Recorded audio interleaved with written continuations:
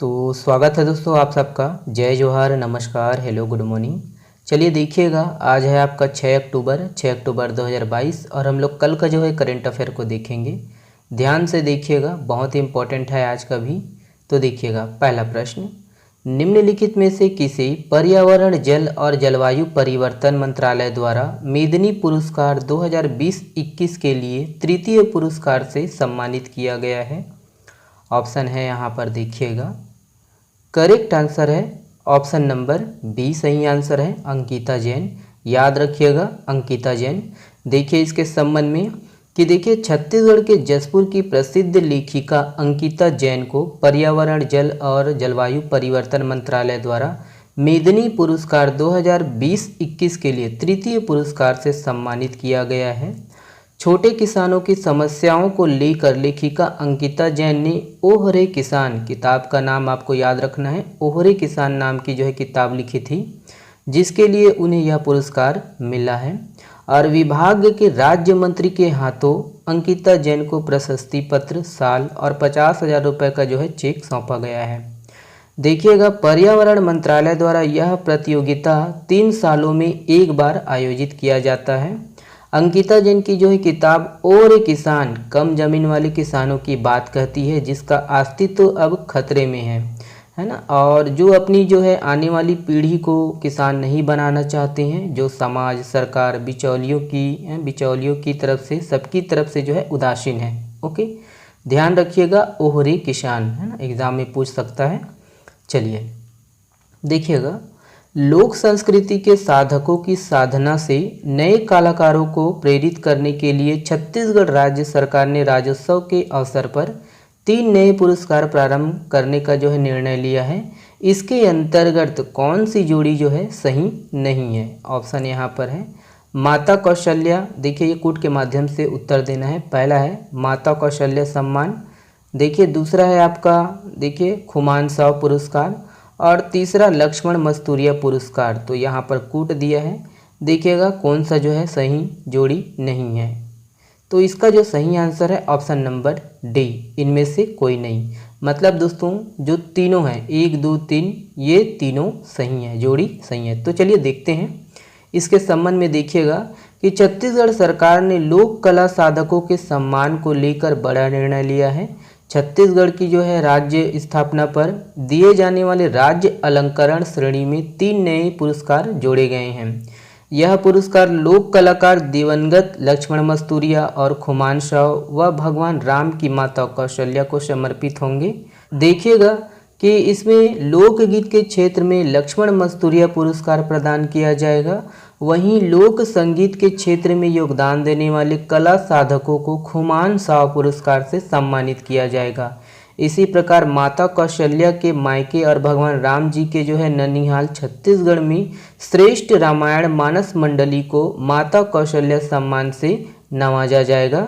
राज्य अलंकरण की तरह इन श्रेणियों के पुरस्कार भी राज्य स्थापना दिवस के मौके पर आयोजित होने वाली राज्योत्सव कार्यक्रम के दौरान दिए जाएंगे। ओके, ध्यान रखिएगा सबका। चलिए देखिए, छत्तीसगढ़ में सितंबर माह में बेरोजगारी दर कितना प्रतिशत है? ऑप्शन है यहाँ पर देखिएगा। करेक्ट आंसर है ऑप्शन नंबर सी दोस्तों, 0.1%। याद रखिएगा। देखिएगा इसके संबंध में कि हाल ही में जारी centre for monitoring Indian economy CMIE द्वारा जारी ताज़ा आंकड़ों के अनुसार छत्तीसगढ़ राज्य में सितंबर माह में बेरोजगारी दर अब तक अपने न्यूनतम स्तर 0.1% पर है। और देश में सबसे कम बेरोजगारी दर के मामले में छत्तीसगढ़ दोस्तों पूरे देश में पहले स्थान पर है।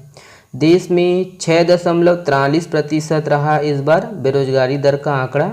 और रोजगार देने में भी दोस्तों छत्तीसगढ़ जो है पूरे देश में प्रथम स्थान पर है। ओके, चलिए नेक्स्ट देखिएगा, निम्नलिखित में से कहाँ के लिए बिलासा देवी केवट हवाई अड्डा से विमान सेवा की शुरुआत की है? ऑप्शन है यहाँ पर। करेक्ट आंसर है ऑप्शन नंबर सी, इंदौर।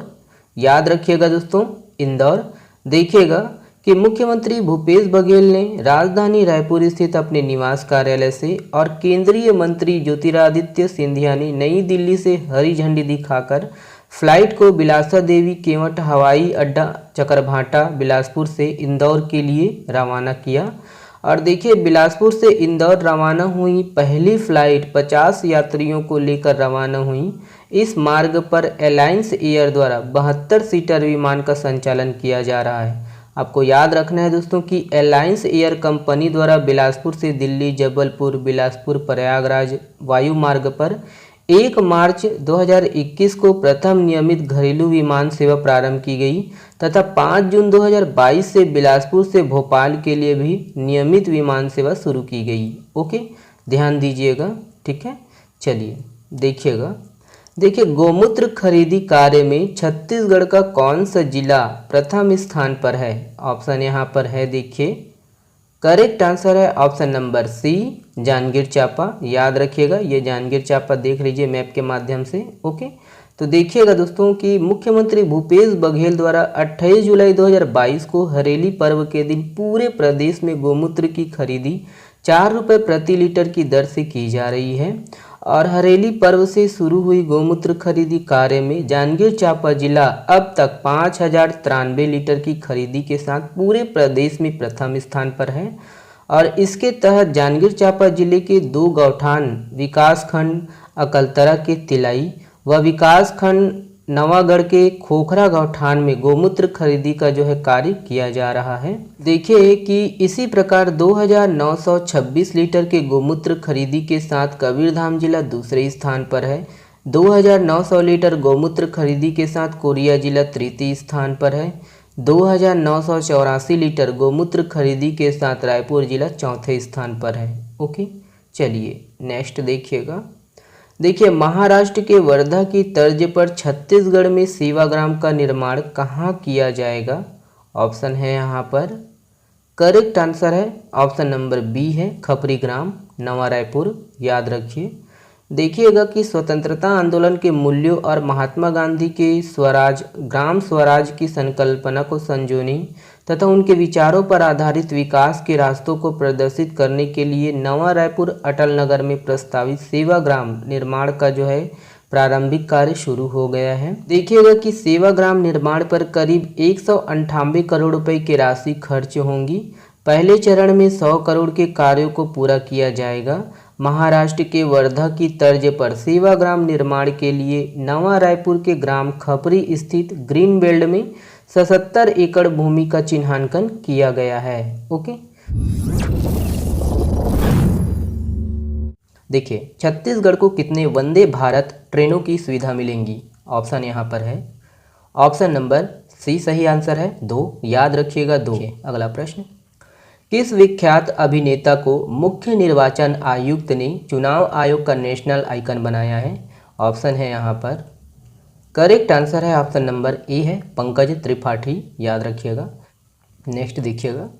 देखिए, छत्तीसगढ़ के ई डिस्ट्रिक्ट परियोजना द्वारा अब तक कितने करोड़ नागरिक लाभान्वित हो चुके हैं? ऑप्शन है यहाँ पर, करेक्ट आंसर जो है ऑप्शन नंबर सी है, 2 करोड़। याद रखिएगा। निम्नलिखित में से किस क्षेत्र को कॉफ़ी हब के रूप में विकसित किया जाएगा?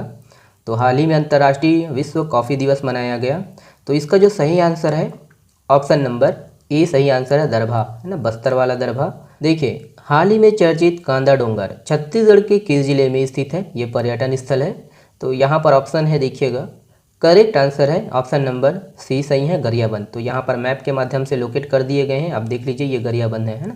कोसगई देवी का मंदिर छत्तीसगढ़ के किस जिले में स्थित है? ऑप्शन यहाँ पर है, इसका जो सही आंसर है ऑप्शन नंबर बी सही आंसर है, कोरबा। ध्यान रखिएगा, कुछ विशेष है इसीलिए शामिल किए हैं हम लोग। देखिए, फिजिक्स के क्षेत्र में नोबेल पुरस्कार 2022 का विजेता किसे घोषित किया गया है? ऑप्शन यहाँ पर है, करेक्ट आंसर है ऑप्शन नंबर डी, उपरोक्त तीनों। याद रखिए, ये वाला प्रश्न आप लोगों के लिए है। इस प्रश्न का जवाब आप लोग कमेंट्स बॉक्स में दीजिएगा। हाल ही में छत्तीसगढ़ के किस क्षेत्र से 2400 वर्ष पुरानी मुद्राएं मिली है? ऑप्शन यहाँ पर है, इसका जवाब आप कमेंट्स बॉक्स में दीजिएगा। चलिए, बहुत बहुत धन्यवाद। और इसका जो PDF है वो डाउनलोड कर सकते हो आप हमारे टेलीग्राम चैनल से। चलिए, बहुत बहुत धन्यवाद।